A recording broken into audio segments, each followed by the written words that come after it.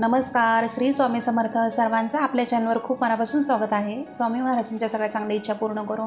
स्वामींच्या कृपेने तुमचा आजचा दिवस शुभ जावो ही स्वामीचरणी प्रार्थना करते मी आणि आपल्या आजच्या व्हिडिओला सुरुवात करते. तर प्रभू श्रीरामाचा जन्मोत्सव म्हणजे रामनवमी. तर यंदा 2026मध्ये रामनवमी नक्की 26 मार्चला आहे की 27 मार्चला, याबद्दल अनेकांच्या मनात शंका आहे. आजच्या व्हिडिओमध्ये आपण शास्त्रानुसार नेमकी तारीख, पूजेचा शुभ मुहूर्त आणि उपवासाचे नियम सोप्या भाषेत समजून घेणार आहोत. त्यामुळे व्हिडिओ शेवटपर्यंत नक्की पहा, कोणीमध्ये स्किप करू नका.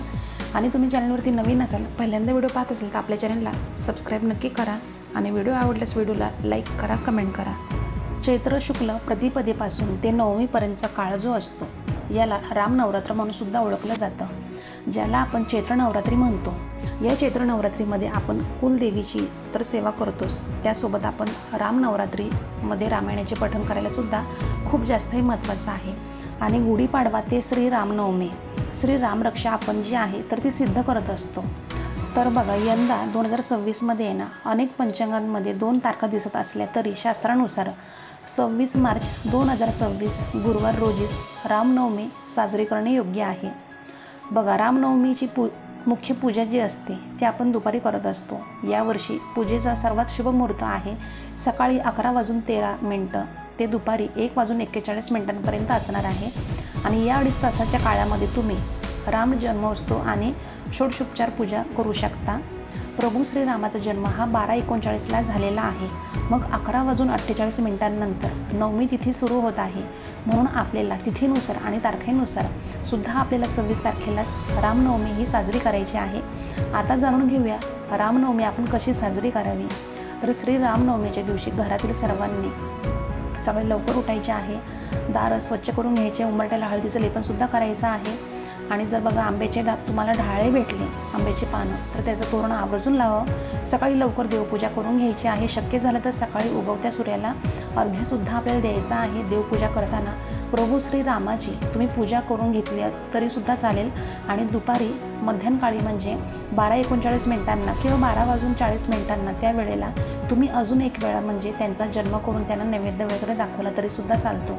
किंवा तुम्ही दुपारी डायरेक्ट 12:39ला पूजा केली तरीसुद्धा चालू शकते. तुमच्या मनावर आहे, तुमच्या वेळेनुसार तुम्ही करू शकता. तर सकाळी देवपूजा करताना तुमच्या देवघरामध्ये प्रभू श्री रामचंद्रांची मूर्ती वगैरे तुमच्याकडे असेल तर त्यावर तुम्हाला अभिषेक करून घ्यायचा आहे.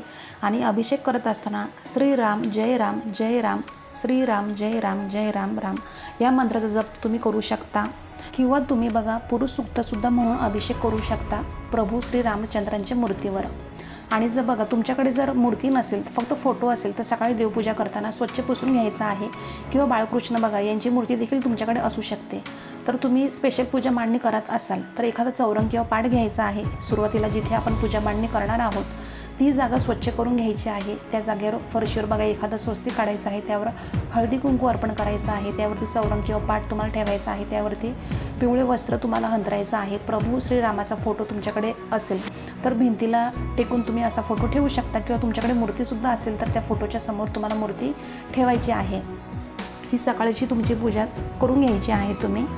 आणि हे सगळं झाल्यावर बघा दुपारी 12:39 आपल्याला प्रभू श्रीरामाचा जन्म करायचा आहे. मग दुपारी 12:39ला काय करायचं, तुमच्याकडे जर पाळणं असेल आणि मूर्ती असेल तर पाळणा त्या फोटोच्या समोर ठेवायचा आहे. आणि त्या पाळण्यात तुम्ही मूर्ती ठेवू शकता. आणि पाळणा हलवून जर तुम्हाला प्रभू श्रीराम जन्माचा पाळणा म्हणता येत असेल किंवा तुम्ही यूट्यूबवरती जरी असं सर्च केलं तरी तुम्हाला व्हिडिओ भेटून जाईल. तर 5 पाळणे म्हणून तुम्हाला प्रभू श्रीरामाचा जन्म तुम्ही साजरा करायचा आहे. बाकी पाळणं वगैरे काही नसेल तर दुपारी 12:39 देवासमोर दिवा लावायचा आहे. जिथे आपण पूजा मांडणी केलेली आहे तिथेसुद्धा तुम्ही धूप दीप लावायचा आहे. प्रभू श्रीरामांना धूप दीप फुल हार जे काही तुमच्याकडे आहे ते सगळं अर्पण करायचं आहे. आणि प्रभू श्रीरामाचा आवडता नैवेद्य म्हणजे खीर. तर प्रभू श्रीरामांना खूप प्रिय आहे खीर, त्यामुळे तांदळाची खीर तुम्ही बनवू शकता. त्यावरती तुळशीपत्र ठेवून प्रभू श्रीरामांना खिरीचा नैवेद्य तुम्ही दाखवू शकता. तांदळाची खीर तुम्हाला बनवणं शक्य नसेल तर तुम्ही शेवयांची बनवली तरीसुद्धा चालेल.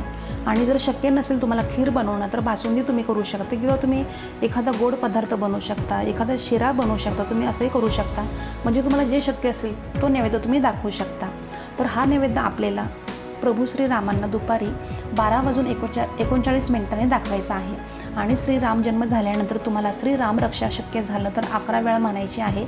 किमान 11 वेळा शक्य नसेल तर किमान 1 वेळा तरी रामरक्षेचं तुम्हाला पठण करायचं आहे. तर दुपारी 12:39 नंतर पठण करायचे आहे. या दिवशी शक्य झालं तर रामायणसुद्धा तुम्ही वाचू शकता किंवा मोबाईलवर TV वर लावून तुम्ही घरामध्ये ऐकू शकता. या दिवशी आवर्जून श्रीराम रक्षा स्तोत्र 11 वेळा जरी आपण म्हटलं किंवा ऐकलं तरीसुद्धा चालेल. तसेच मुलांकडून सुद्धा रामरक्षा पाठ करून घ्यायचं आहे तुम्ही. त्यानंतर मारुती स्तोत्रांचं अवश्य पठण करायचं आहे किंवा मारुती स्तोत्र ऐकावं किंवा तुम्ही हनुमान चालीसा म्हटलं किंवा हनुमान चालीसा ऐकलं तरीसुद्धा चालेल. जर तुम्हाला शक्य असेल तर पठण करू शकता किंवा तुम्ही श्रवणसुद्धा करू शकता तुमच्या याच्यानुसार. तसेच श्रीरामनवमीच्या दिवशी बघा, श्रीराम जय राम राम या मंत्राचा जमेल तितका जप करा. या मंत्रासाठी कोणतेही कडक नियम नाहीत. तुम्ही सुतकामध्ये किंवा मासिक धर्मामध्ये असाल तरीही मनातल्या मनात हा जप तुम्ही करू शकता. तसेच प्रभू श्रीरामाची कृपा मिळवण्यासाठी श्रीराम स्तुती करणं अतिशय महत्त्वाचं आहे. कारण या दिवशी बघा रामतत्व हे जास्त प्रमाणात जागृत असतं. त्यामुळे आपल्याला श्रीरामांची सेवा करायची आहे. आणि बघा श्रीरामनवमीच्या दिवशी उपवाससुद्धा ठेवला जातो. बघा या दिवशी संपूर्ण 8 प्रहर उपवास केला जातो. म्हणजे 24 तासांचा उपवास केला जातो. म्हणजे दिवसभर उपवास करायचा आहे. उपवासाचे पदार्थ तुम्ही खाऊ शकता. चहा, दूध, ज्यूस, फळं तुम्ही घेऊ शकता. आणि दुसऱ्या दिवशी म्हणजे दशमीच्या दिवशी सकाळी जिथे आपण पूजा मांडणी वगैरे केली आहे त्याची उत्तर पूजा करून तुम्हाला जो रामनवमीचा उपवास तुम्ही धरलेला आहे तो सोडायचा आहे. आणि दुसऱ्या दिवशी आपण उत्तर पूजा करणार आहोत जिथे पूजा मांडणी केलेली आहे तिथे. तर बघा काय करायचं आहे, दीप आपल्याला लावायचा आहे, दीप प्रज्वलित करून घ्यायचा आहे. धूप अगरबत्ती वगैरे आपल्याला लावायचा आहे. त्याच्यानंतर आपल्याला दूध साखरेचा किंवा एखाद्या फळाचा किंवा साखरेचा नैवेद्य आपल्याला दाखवायचा आहे. त्यानंतर जागच्या जागेवर जी फोटो आहे, मूर्ती आहे तुम्हाला उचलून ठेवायची आहे. मग यानंतर जो नैवेद्य तुम्ही काही उत्तर पूजा करताना दाखवलेला असेल तो घरातील सर्वांनी सुरुवातीला ग्रहण करायचा आहे. आणि त्यानंतर तुम्ही जो काही स्वयंपाक करणार आहात तर तो तुम्हाला खायचा आहे. म्हणजे तुम्हाला उपवास हा सोडायचा आहे. आणि बघा दशमीला म्हणजेच दुसऱ्या दिवशी 27 तारखेला सोडायचा आहे हा उपवास. आणि आता सर्वात महत्त्वाचं बघा, तुम्ही जर गर्भवती असाल तर आपल्या पोटावरती उजवा हात ठेवायचा आहे आणि तुम्ही रामरक्षा म्हणू शकता. देवघरासमोर बसायचं आहे. देवासमोर दिवा, धूप, अगरबत्ती लावायची आहे आणि आपल्या पोटावर उजवा हात ठेवून तुम्ही रामरक्षा ऐकू शकता. जर तुम्हाला म्हणता येत नसेल तर नक्की तुम्ही ऐका. जर तुम्हाला बोलता येत असेल रामरक्षा तर तुम्ही बोलू शकता. तर असं दररोज केलं ना तरी सुद्धा चालतं. म्हणजे आपलं जे बाळ असतं तर ते सुदृढ जन्माला येतं. तुम्हाला जर प्रेग्नन्सीमध्ये काही प्रॉब्लेम वगैरे असतील तर ते सगळे दूर होऊन अगदी तुमचं बाळ जे आहे तर छान असं जन्माला येतं. तर नक्कीच तुम्ही करू शकता. आणि असंही म्हटलं जातं की ज्या मुलांना स्पष्ट बोलता येत नाही, जे बोबडे वगैरे बोलतात, तर त्यांना रामरक्षा शिकवायची, त्यांना रामरक्षा म्हणायला लावायची. जेव्हा ते रामरक्षा शिकतील, रामरक्षा म्हणतील तर त्यांची जड जीभ जी असते ना तर ती वळायला लागते आणि ते स्पष्ट बोलू लागतात. तर नक्कीच तुम्ही हे ट्राय करू शकता. कारण बऱ्याच जणांना हा प्रॉब्लेम असतो. तसेच बघा रामनवमी आहे तर त्या दिवशी आपल्याला संध्याकाळी आपल्या मुख्य दरवाजावर किंवा देवघरासमोर आपलं जे देवघर आहे तिथे आपल्याला 9 दिवे नक्की लावायचे आहेत. दिव्यांच्या प्रकाशाने आपल्या आयुष्यातील दुःख आणि संकटांचा अंधार दूर होतो. या दिवशी संध्याकाळी आपल्याला काय करायचे आहे तर 9 पिठाचे दिवे बनवायचे आहे किंवा तुम्ही मातीच्या पंत्यांमध्ये सुद्धा लावले तरी चालेल. तर असे दिवे आपल्याला प्रज्वलित करून घ्यायचे आहे. आणि बघा नवमीचा दिवस आहे, चैत्र शुक्ल नवमी, आणि यालाच आपण रामनवमी म्हणतो. म्हणून 9 दिवे आपल्याला लावायचे आहेत. तर कुठे लावायचे तुम्हाला आता समजलं असेल.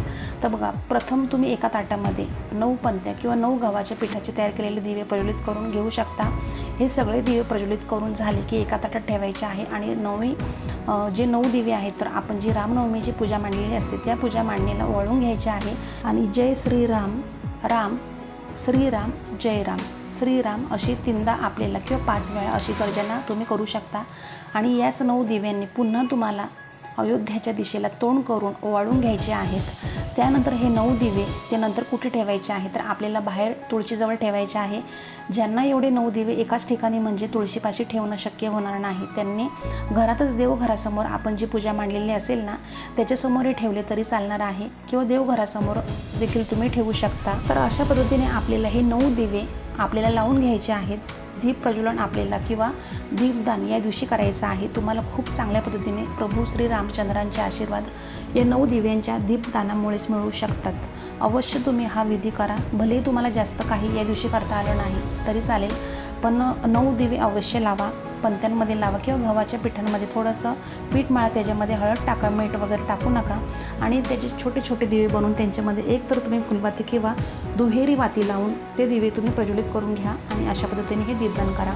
तर प्रभू श्री रामचंद्र तुमच्या सर्व इच्छा पूर्ण करोत आणि तुमच्या आयुष्यामध्ये सुख समृद्धी येवो ही स्वामींच्या चरणी मी प्रार्थना करते.